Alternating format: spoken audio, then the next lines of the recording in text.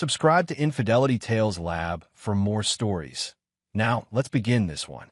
Calvin McCormick had built his life with precision.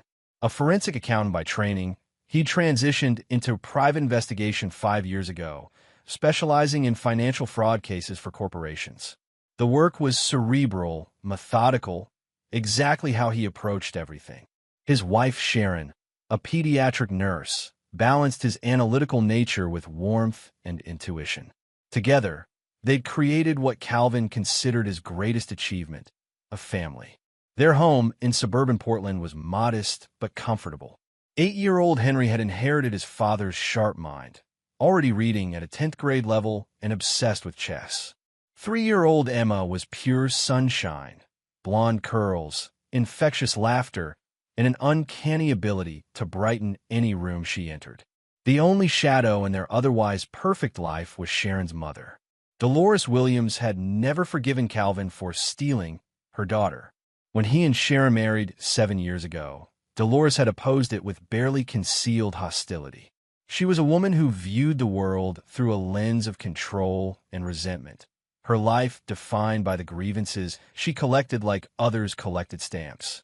"She's my mother," Sharon would say whenever Calvin suggested limiting contact. "She's difficult, but she's family." Calvin had learned to tolerate Dolores for Sharon's sake, maintaining cordial distance. But that Friday afternoon in October, everything changed. Sharon had an emergency shift at the hospital. A multi-car pileup had overwhelmed the ER. Calvin was in Seattle, deposing a witness for a case. When Sharon's regular babysitter canceled last minute, Dolores volunteered. "Just 2 hours," Sharon had assured Calvin over the phone. "I know you're uncomfortable, but it's an emergency. Henry will be there too. What could happen?" Calvin had hesitated, that investigator's instinct whispering warnings he couldn't articulate. But Sharon's pleading tone and his own rationality won out. 2 hours. Broad daylight. There's sun present. He'd said yes. It was the decision that would haunt him. Calvin was wrapping up in Seattle, 70 miles from home, when his phone rang. Henry's name flashed on the screen. "Hey, buddy, everything." "Dad." Henry's voice was strangled, terrified. "Dad, please, you need to come home right now." Calvin's blood turned to ice. "Henry, what's wrong?" "It's Grandma. She took Emma into the bathroom and locked the door." "Dad." I can hear Emma crying and Grandma is saying weird things. "She told me to go watch TV, but I listened at the door and..." Henry's voice cracked. "Dad, I'm scared. Something's really wrong. I'm calling the police right now. Stay on the line with me." Calvin was already sprinting to his car. Phone pressed his ear. "No, Dad," Grandma said, "if anyone called the police, there would be consequences." She said it weird, like a threat. "Please just come. I don't know what to do." Calvin's mind raced through scenarios, each more horrifying than the last. "Henry, listen to me carefully. You're being so brave. I need you to go to the bathroom door and tell Grandma I'm 5 minutes away and I'm coming in. Can you do that?" "Okay. I'm going to break every speed limit. I'll be there in 40 minutes. Stay on the phone with me." Calvin's car tore down I-5, his hands white-knuckled on the wheel. Through the phone, he could hear Henry's ragged breathing, occasional muffled sounds from behind the bathroom door. Every minute stretched into eternity. "Henry, what do you hear?" "Water running. Emma crying. Grandma keeps saying something about cleansing and making things right." "Dad, what does that mean?" Calvin's investigator mind started assembling possibilities, none of them good. "Stay strong, buddy. Almost there." 38 minutes later, Calvin screeched into his driveway. He didn't bother turning off the engine. Henry met him at the door, pale and shaking. "She's still in there. I did what you said, but she didn't answer." Calvin moved with controlled fury toward the bathroom. The door was locked. Without hesitation, he stepped back and kicked it once hard, near the lock. The door frame splintered. The scene inside would be seared into his memory forever. Dolores stood over the bathtub, where Emma sat in ice-cold water, her lips blue, her small body trembling violently. In Dolores's hand was an empty bottle of children's cold medicine. Several other bottles lined the sink. Emma's eyes were glassy, unfocused. "You weren't supposed to be back yet," Dolores said calmly, as if discussing the weather. Calvin moved like lightning, scooping Emma from the water. She was cold, so cold, and barely responsive. Henry called 911. Now, as he wrapped Emma in towels, checking her breathing, her pulse, his training kicked in. His daughter was drugged, hypothermic. As he worked to warm her, he noticed something else. Thin red marks on her arms.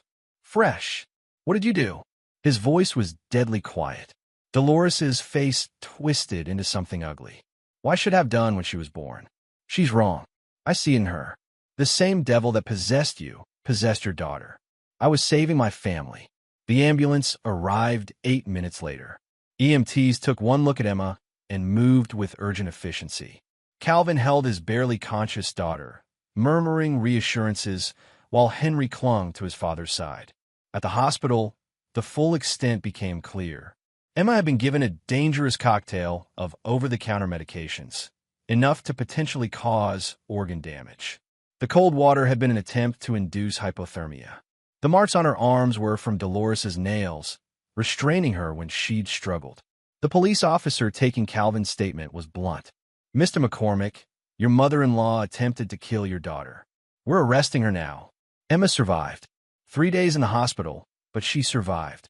The doctor said Calvin's quick response had saved her life. But the little girl who came home was different, quieter, prone to nightmares, terrified of bathrooms. Sharon was destroyed. The guilt of leaving the children with her mother, the betrayal of discovering what Dolores had done, nearly broke her. Calvin held his family together through sheer force of will, even as his own rage simmered beneath a calm surface. The preliminary hearing revealed more horrors. Police had searched Dolores's home and found journals.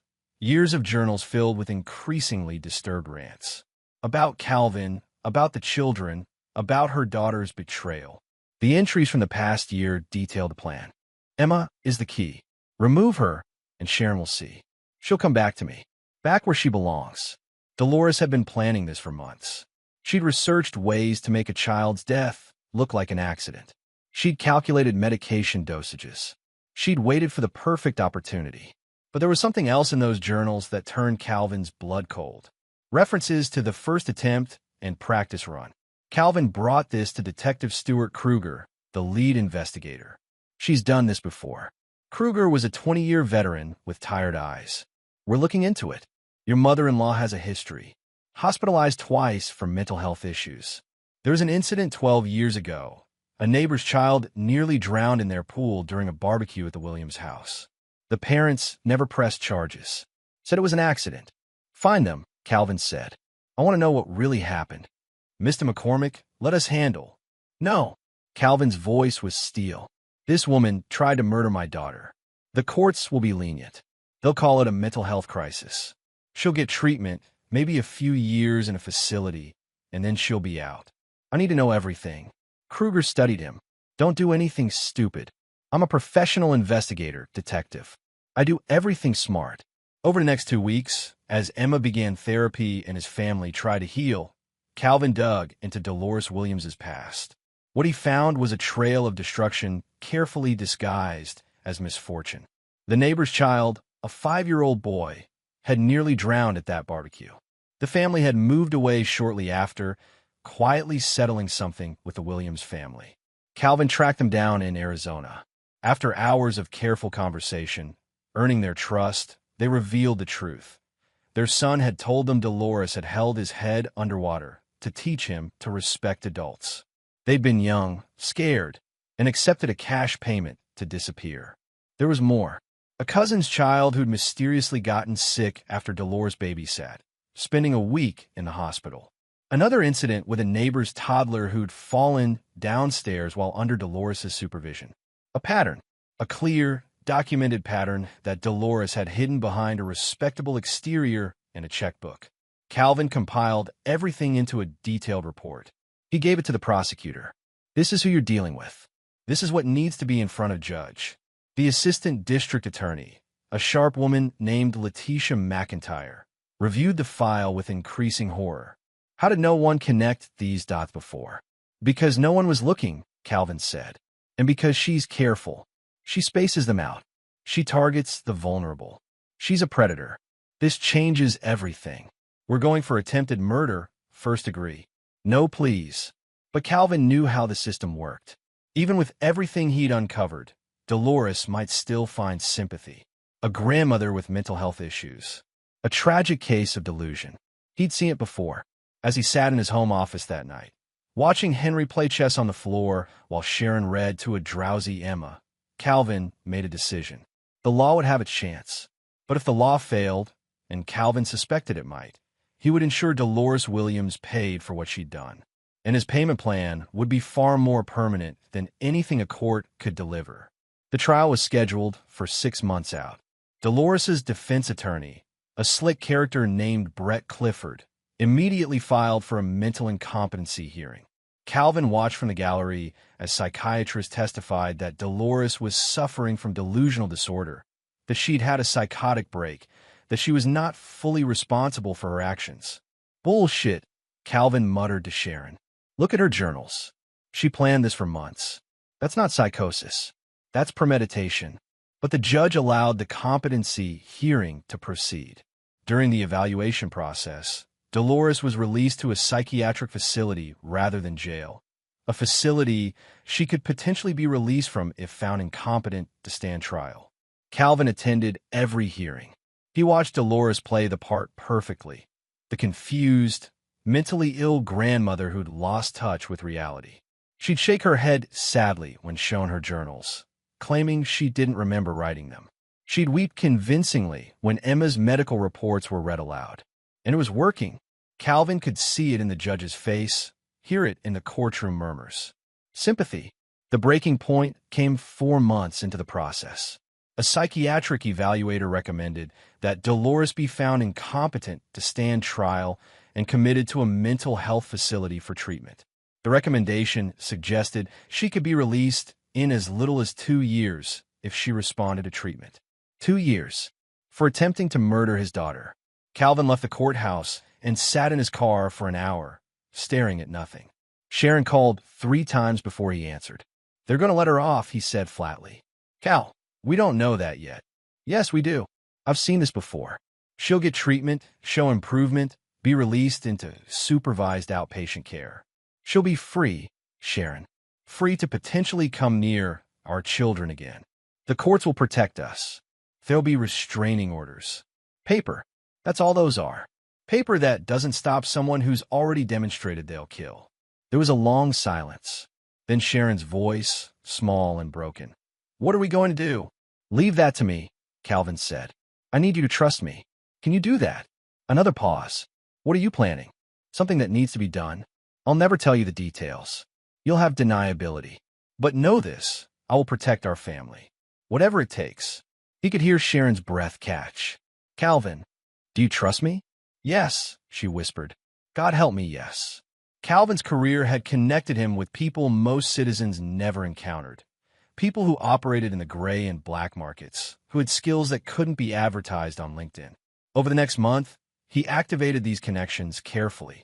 His first call was to Travis Berry, a former forensic psychologist who'd been disbarred for unethical research practices but remained a brilliant mind in understanding human behavior and manipulation.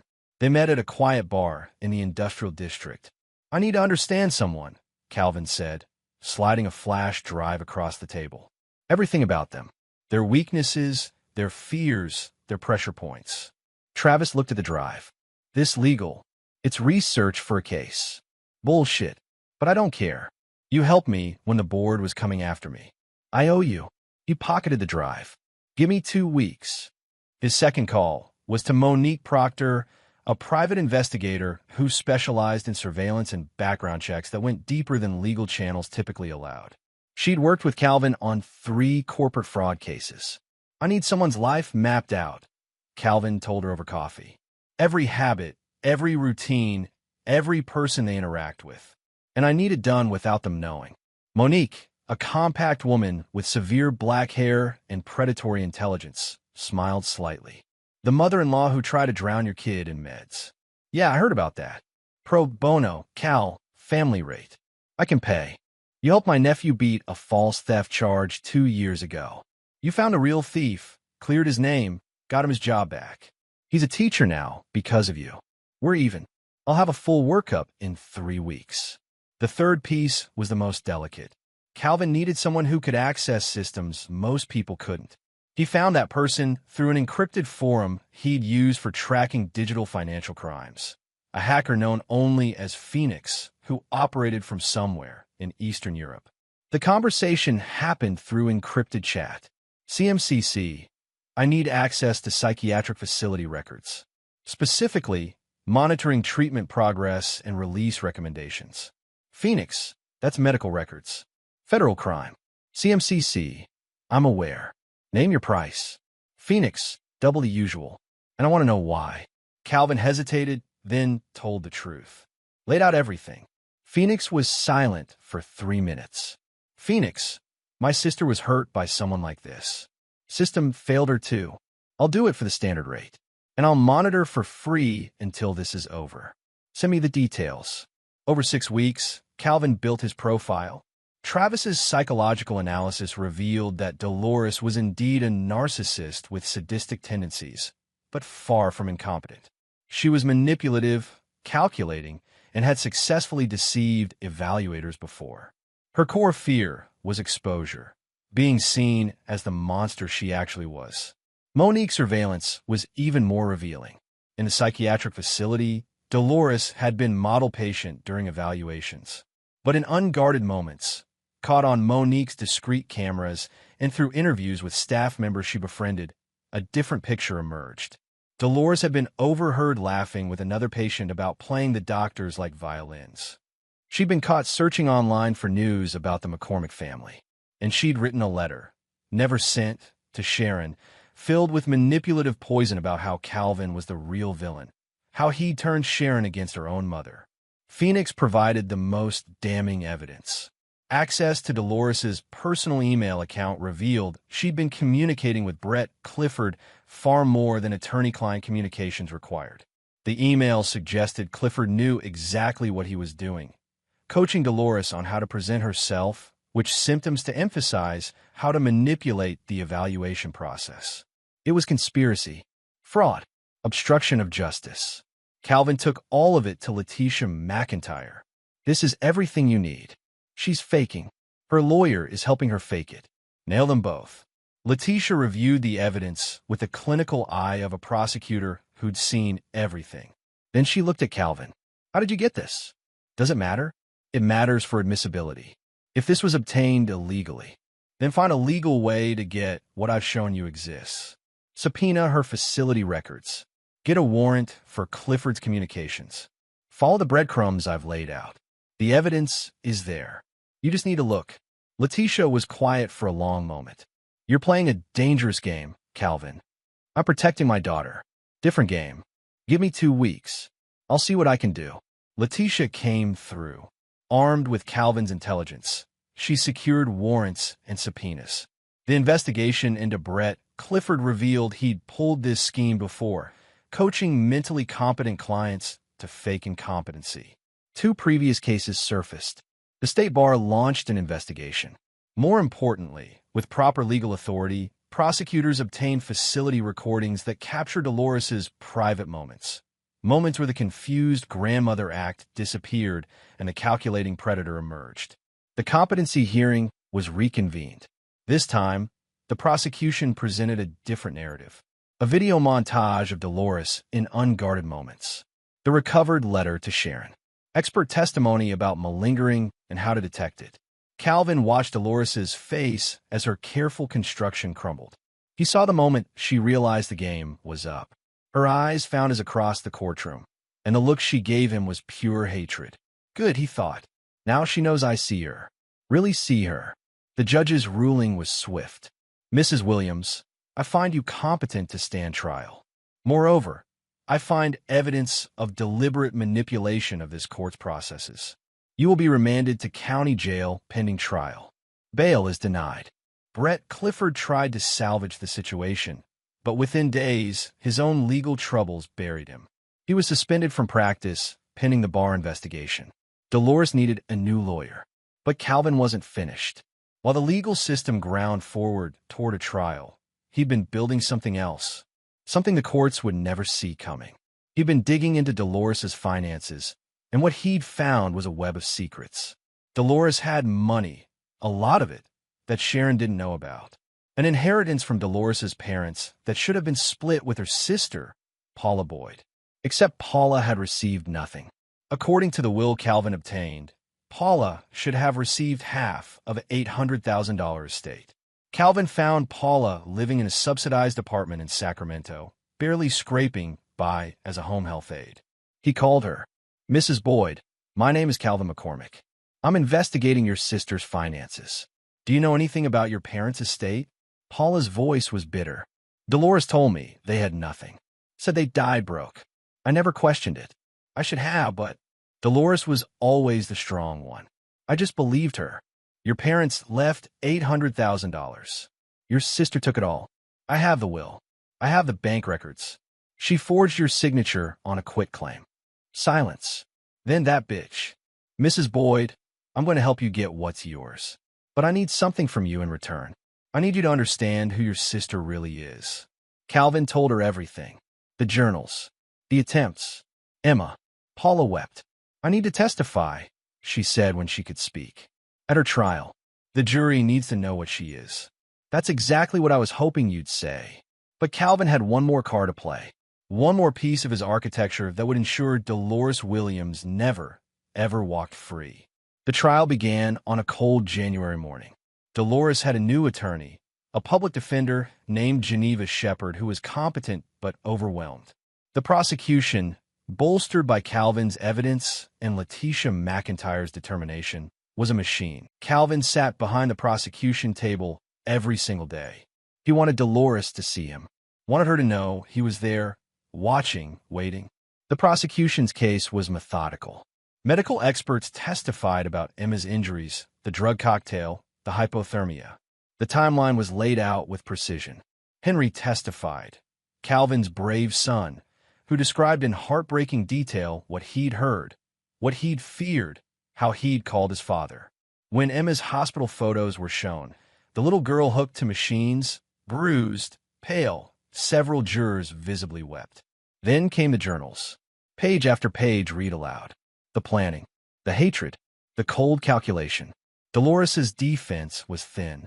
Geneva argued diminished capacity, mental illness, a grandmother who'd loved too much and broken under strain.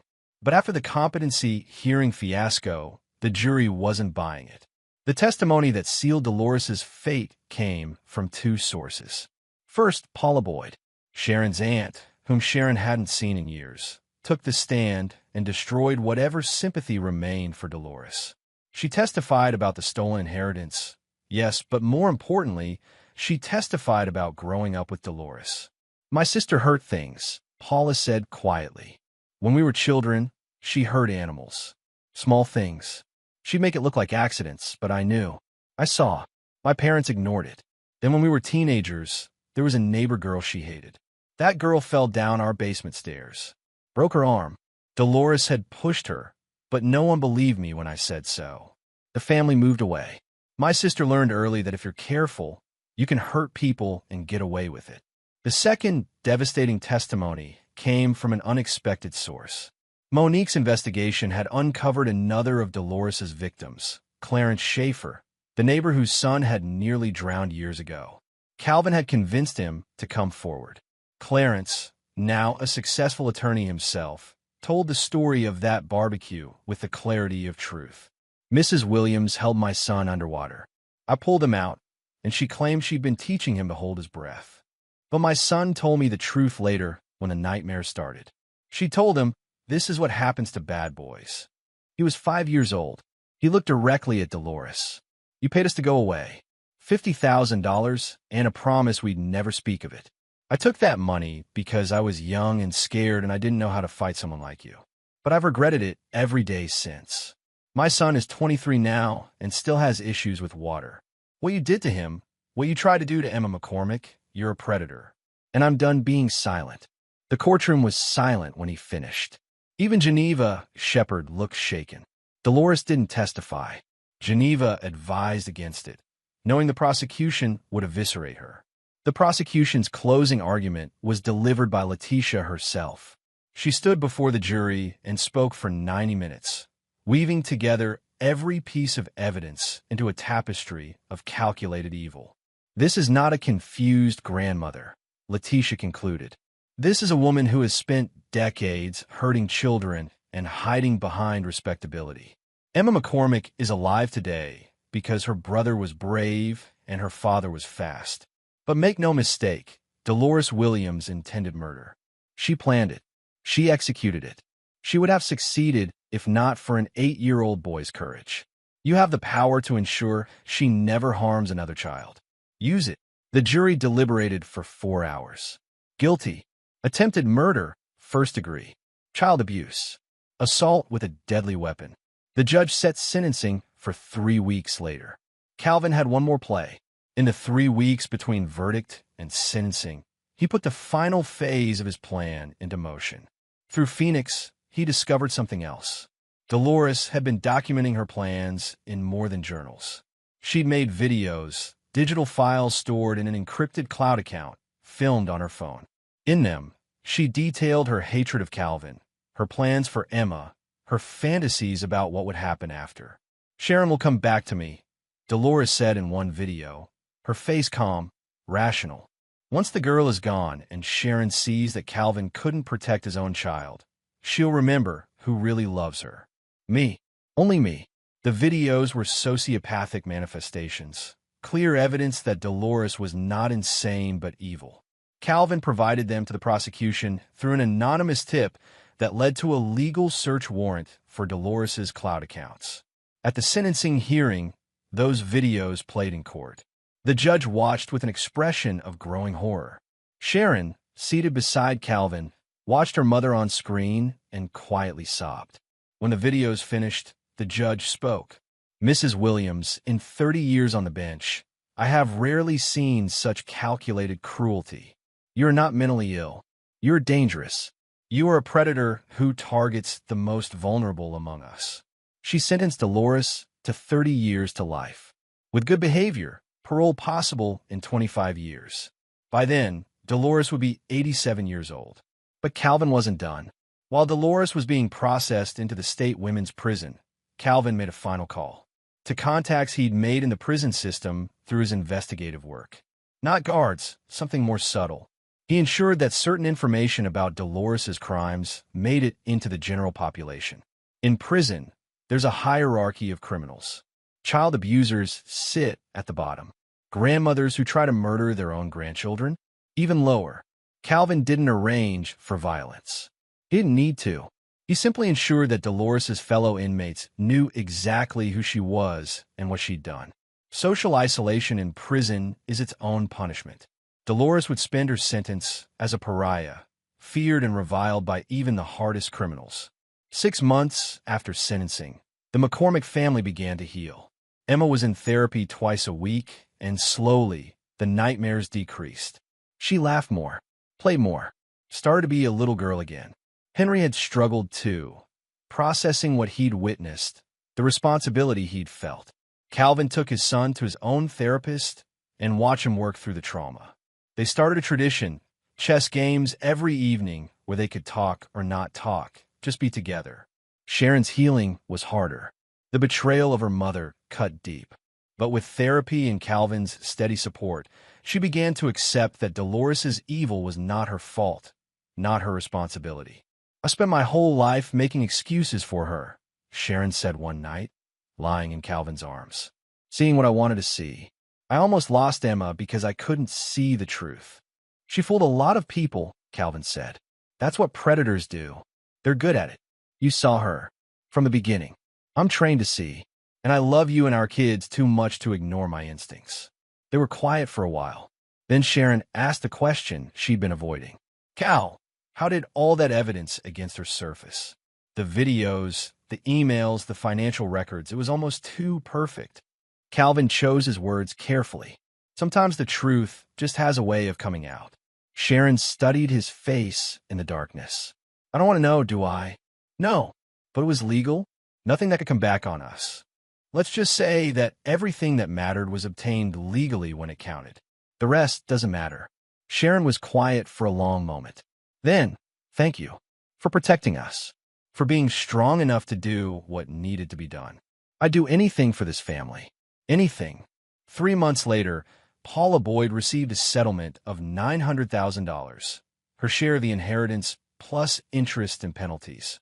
She paid off debts, bought a small house, and started seeing her niece Sharon regularly, helping to rebuild the family that Dolores had tried to destroy. Brett Clifford was disbarred and faced criminal charges for obstruction of justice. The case against him was built largely on evidence that had mysteriously surfaced through anonymous tips, evidence that Calvin had carefully ensured would be legally obtainable once investigators knew where to look. A year after the trial, Calvin received a letter. It was from Phoenix the hacker. "You never paid me. I told you I'd monitor for free, but the work I did was worth something. So I've taken my payment in a different way. I've ensured that certain digital safeguards are in place around your family. If anyone ever looks into Dolores Williams's accounts, cloud storage, or communications with intent to harm you or find evidence of illegal surveillance, they'll find nothing. I've cleaned the trail. Consider it a gift from one person who protects their family to another." Calvin burned the letter and never spoke of it again. 2 years after the incident, on Emma's 5th birthday, the family celebrated at home. Emma blew out her candles and made a wish. She was laughing bright, mostly whole. Henry taught her a new chess move. Sharon baked a cake from scratch. Calvin watched his family, his wife, his children, alive and together and safe, and felt the weight he'd carried begin to lift. He'd done dark things to protect them. He'd crossed lines he couldn't uncross. But looking at Emma's smile, hearing Henry's laugh, seeing the peace returning to Sharon's eyes, he had no regrets. That night, after the kids were asleep, Calvin sat in his office and opened the locked drawer where he kept one final piece of the puzzle. A folder containing everything, the real everything about what he'd done.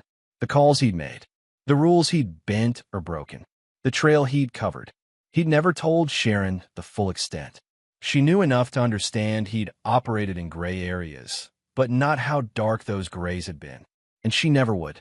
Calvin took the folder to the fireplace, pages still carefully organized, and fed them to the flames one by one. He watched his secrets burn, watched the evidence of his extra-legal investigation disappear into ash. When the last page caught fire, he felt something release in his chest. It was over. Truly over. Dolores would die in prison. His family was safe. The law had won, with his careful, invisible help. Calvin poured himself 2 fingers of bourbon and stood at the window, looking out at the quiet suburban street. He'd been tested and hadn't been found wanting. He'd been pushed to his limit and hadn't broken. He'd protected what mattered most. He was a husband, a father, and when necessary, he'd been something else, something harder, something willing to walk into darkness to pull his family back into light. He raised his glass to his reflection in the window, to the man he'd become, to the things he'd done, to the family he'd saved. "Whatever it takes," Calvin whispered, and he drank to that truth as the last of the evidence crumbled to ash behind him. And there you have it. Another story comes to an end. What did you think? I'd love to hear your thoughts in the comments below. If you enjoy this story, consider joining our community by subscribing. It means the world to us. For more stories like this one, check out the recommended videos on screen, and I'll see you there.